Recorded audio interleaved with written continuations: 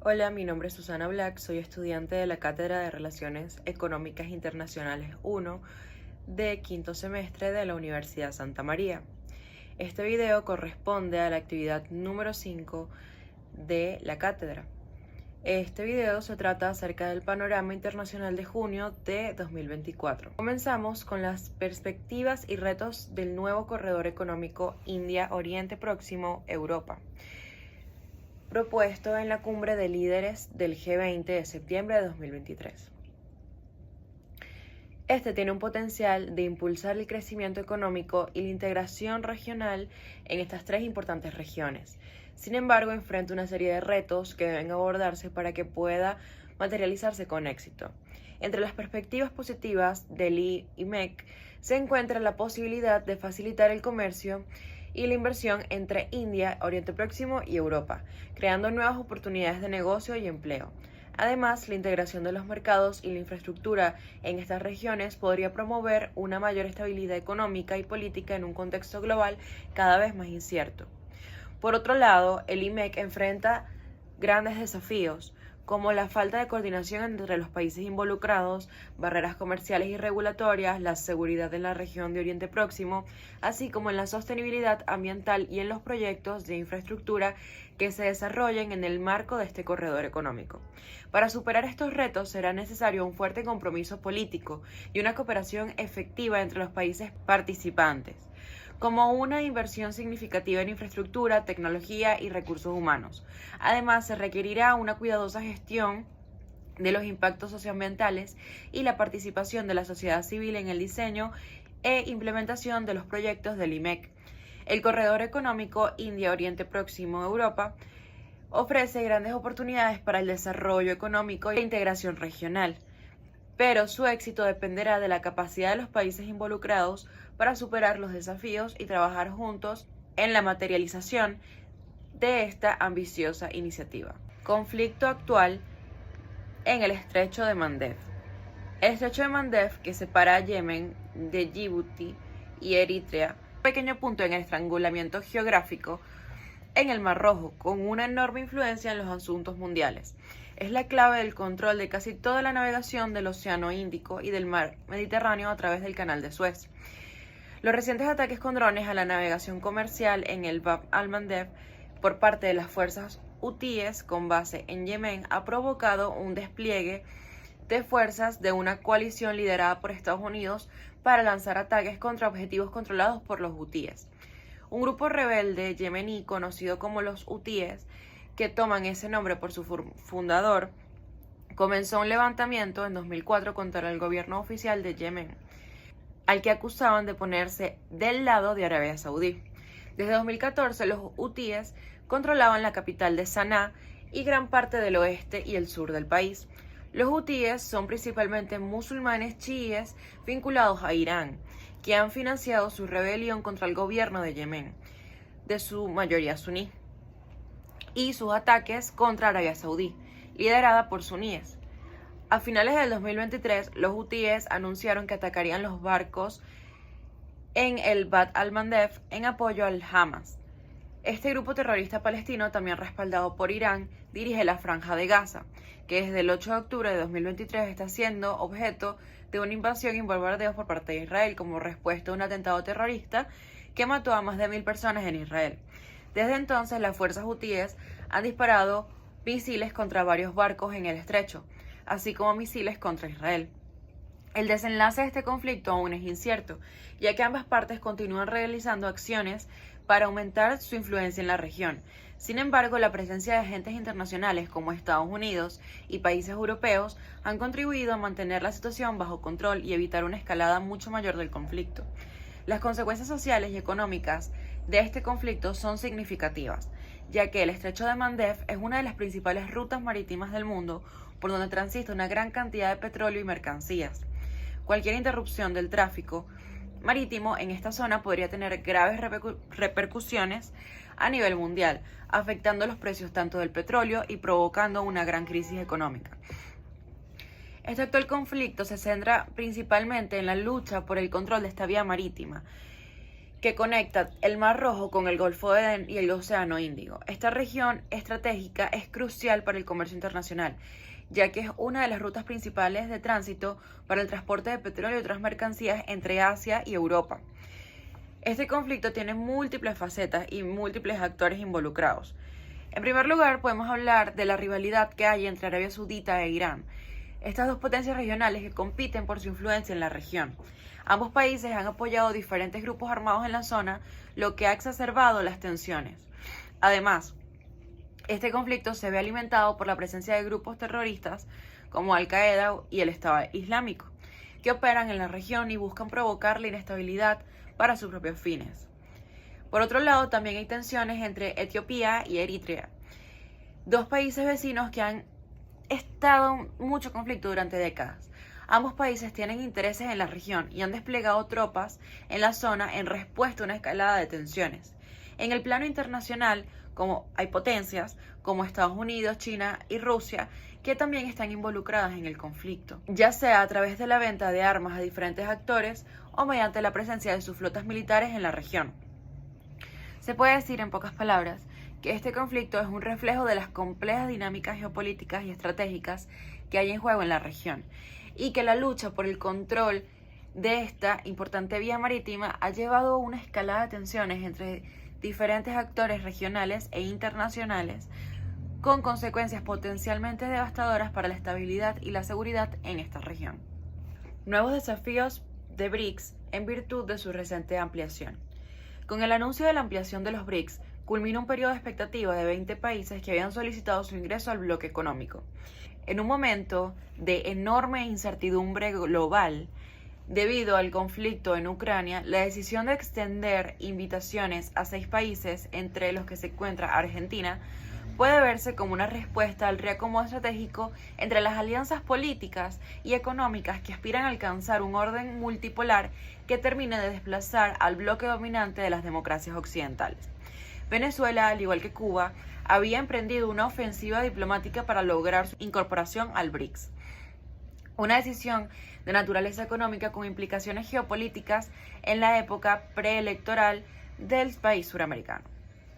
El régimen de Maduro ha intentado infructuosamente que Estados Unidos levante sanciones económicas que pesan sobre Venezuela, especialmente las que afectan al sector petrolero. Esto ha impuesto limitaciones en su estrategia de recuperación económica después de la pandemia. Además, afecta la capacidad de gestión de la crisis, exacerbando el éxodo migratorio. El BRICS es un acrónimo que hace referencia a un grupo de 5 países que se han unido en alianza económica para promover la cooperación, el comercio y el desarrollo entre ellos. Los países que lo conforman son Brasil, Rusia, India, China y Sudáfrica, más estos nuevos países que quieren integrarse al BRICS por todos los beneficios económicos que estos les competen, los que mencioné al comienzo. La principal función del BRICS es fortalecer la cooperación entre los países miembros en áreas como el comercio, las finanzas, la infraestructura y la tecnología. La alianza también busca promover la igualdad y la justicia en el ámbito económico y mundial, y en general mejorar las condiciones de vida de los ciudadanos de los países miembros. Uno de los desafíos más importantes es lograr una mayor integración y coordinación entre los miembros del BRICS, dada que poseen mucha diversidad en cuanto a tamaño, desarrollo económico, políticas internas, cultura, entre otras cosas. Este es otro desafío muy grande. Otro desafío es mantener la relevancia y la influencia del BRICS dentro del contexto global que está experimentando cambios significativos en términos de poder político y económico. En este sentido, es fundamental que el BRICS logre consolidar su posición como un actor relevante en la geopolítica mundial y como una plataforma efectiva para abordar los desafíos comunes que enfrentan los países miembros, como la desigualdad económica, el cambio climático y la seguridad global. También es importante que el BRICS busque ampliar su alcance y su cooperación con muchos más países, con muchos más bloques regionales, para fortalecer así su posición y su impacto en el escenario internacional. Pronunciamiento de organismos internacionales sobre el conflicto de Israel-Gaza. El conflicto de Israel y Gaza es un conflicto de larga data que tiene sus raíces en disputas territoriales, religiosas y políticas. Las principales causas del conflicto incluyen el territorio, El conflicto tiene su origen en la disputa por la tierra entre Israel y los palestinos. Ambos reclamaron el mismo territorio, lo que ha llevado a tensiones y conflictos constantes. En segundo lugar, tenemos el tema de la religión. Este conflicto también se ha marcado por las diferencias religiosas, especialmente entre judíos y musulmanes. Y en tercer lugar, tenemos la política. Las diferencias políticas entre ambos ha resultado en una falta de un acuerdo de paz duradero y ha alimentado el conflicto constante. El desenlace del conflicto ha sido violento y ha resultado en numerosas víctimas, tanto civiles como militares. Los enfrentamientos entre Israel y Gaza han sido frecuentes, con bombardeos, ataques con cohetes y enfrentamientos armados que han causado la muerte de cientos de personas.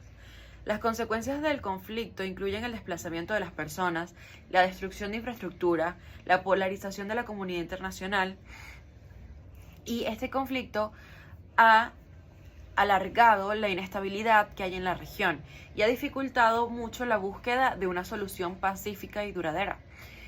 Los pronunciamientos de organismos internacionales sobre este conflicto han sido variados, pero en general han condenado la violencia y han llamado a un cese inmediato de las hostilidades. Por ejemplo, la ONU emitió declaraciones instando a ambas partes a detener la violencia y a proteger a los civiles, así como a respetar el derecho humanitario. El secretario general de la ONU, Antonio Guterres, ha expresado su preocupación por la escalada de violencia y ha pedido un alto al fuego de inmediato. En cuanto a la Unión Europea, también ha condenado el uso de la fuerza desproporcionada por parte de Israel a Gaza, así como los ataques con cohetes perpetrados por Hamas hacia Israel. Han llamado a un alto inmediato de las hostilidades y a la reanudación de las negociaciones para lograr una solución pacífica y duradera al conflicto. En cuanto a la Liga Árabe, ha expresado su solidaridad con el pueblo palestino y ha condenado energéticamente las acciones de Israel, alegando que violan el derecho internacional y los derechos humanos. Han llamado a la comunidad internacional a tomar medidas urgentes para proteger a los civiles palestinos en Gaza. Los pronunciamientos realmente de los organismos internacionales sobre este conflicto han sido mayoritariamente críticos ante la escalada de violencia y han instado a ambas partes a buscar una solución pacífica y respetar los derechos humanos de la población civil. Posturas internacionales tras el fallecimiento del presidente iraní. El presidente de Irán, Ebrahim Raisi, murió a los 63 años tras estrellarse en un helicóptero en el que viajaba. El ministro de Asuntos Exteriores del país también se encuentra entre los fallecidos en el siniestro, junto con otras 7 personas. Raisi era la segunda persona más poderosa de la República Islámica después del líder supremo Ayatollah Ali Khamenei. El primer vicepresidente de Irán dirige ahora el Poder Ejecutivo y se ha nombrado ministro de Asuntos Exteriores en funciones. La muerte del presidente se produce en un momento tenso en Medio Oriente, en medio de la guerra de Gaza. El helicóptero se estrelló semanas después de que Irán lanzara un ataque con aviones no tripulados y misiles contra Israel, en respuesta a un ataque mortal a su complejo diplomático en Damasco. De acuerdo con el Salto 2024, Raisi deja un legado de terrible represión política tras aniquilar aquella revolución con cientos de ejecuciones de estudiantes y opositores, y algún movimiento cosmético con la suspensión de la llamada policial de la moral, encargada de vigilar el seguimiento de los mandatos en la vestimenta y el comportamiento de las y los iraníes, fuerza que volvería a actuar pocos meses después. La revolución del pueblo iraní, con sus mujeres al frente, por otro lado, también ha sido usada como activo por la propaganda israelí, que ha utilizado sus mensajes para presentarse como un Estado defensor de los derechos de las mujeres frente a sus enemigos. Este mismo mensaje recogía en múltiples cuentas sionistas desde que se conociera la desaparición de Raisi. Podemos hablar de que el perfil del mandatario fallecido generaba ciertamente rechazo para gran parte de la población iraní. Al frente del gobierno, desde hace 3 años, el político era considerado un ala dura del régimen y que estaba encaminado a optar por un segundo mandato. Raisi se ganó el sobrenombre de carnicero de Teherán por su participación en el Comité de la Muerte, que decidió la ejecución de 1.000 presos políticos al final de los 80. Tras su muerte, el primer presidente, Mohammad Mokber, tomará el relevo al frente del país, tal y como marca el artículo 131 de la Constitución de la República Islámica, para lo que se necesita un líder supremo. Tras el fallecimiento del presidente iraní, las posturas internacionales varían dependiendo de los distintos países y sus relaciones con Irán. Algunos países podrían expresar sus condolencias y mostrar respeto por la figura del fallecido presidente, mientras que otros países tienen posturas más neutrales y más críticas hacia el gobierno de Irán. Por un lado, países aliados a Irán y con relaciones amistosas expresan sus condolencias y solidaridad con Irán, como es el caso de Rusia, China y algunos países de Latinoamérica. Estos países han destacado los logros de su fallecido presidente y han expresado los deseos de mantener buenas relaciones con Irán en el futuro. Por otro lado, hay países que tienen tensiones con Irán o conflictos con este, mantuvieron posturas más críticas y duras o más neutrales. Por ejemplo, Estados Unidos y algunos países europeos no manifestaron directamente sus condolencias ante el presidente fallecido, y tienen su bastante fuerte punto de vista hacia toda la política exterior de Irán, porque esta ha sido en apoyo a grupos terroristas y de programas nucleares, por lo que estos países evidentemente no van a salir apoyando a este tipo de régimen. Las posturas internacionales tras el fallecimiento del presidente iraní han variado dependiendo de las relaciones bilaterales que existen entre los países y dependiendo de la percepción que tenga cada país o cada gobierno del gobierno de Irán. Gracias por su atención.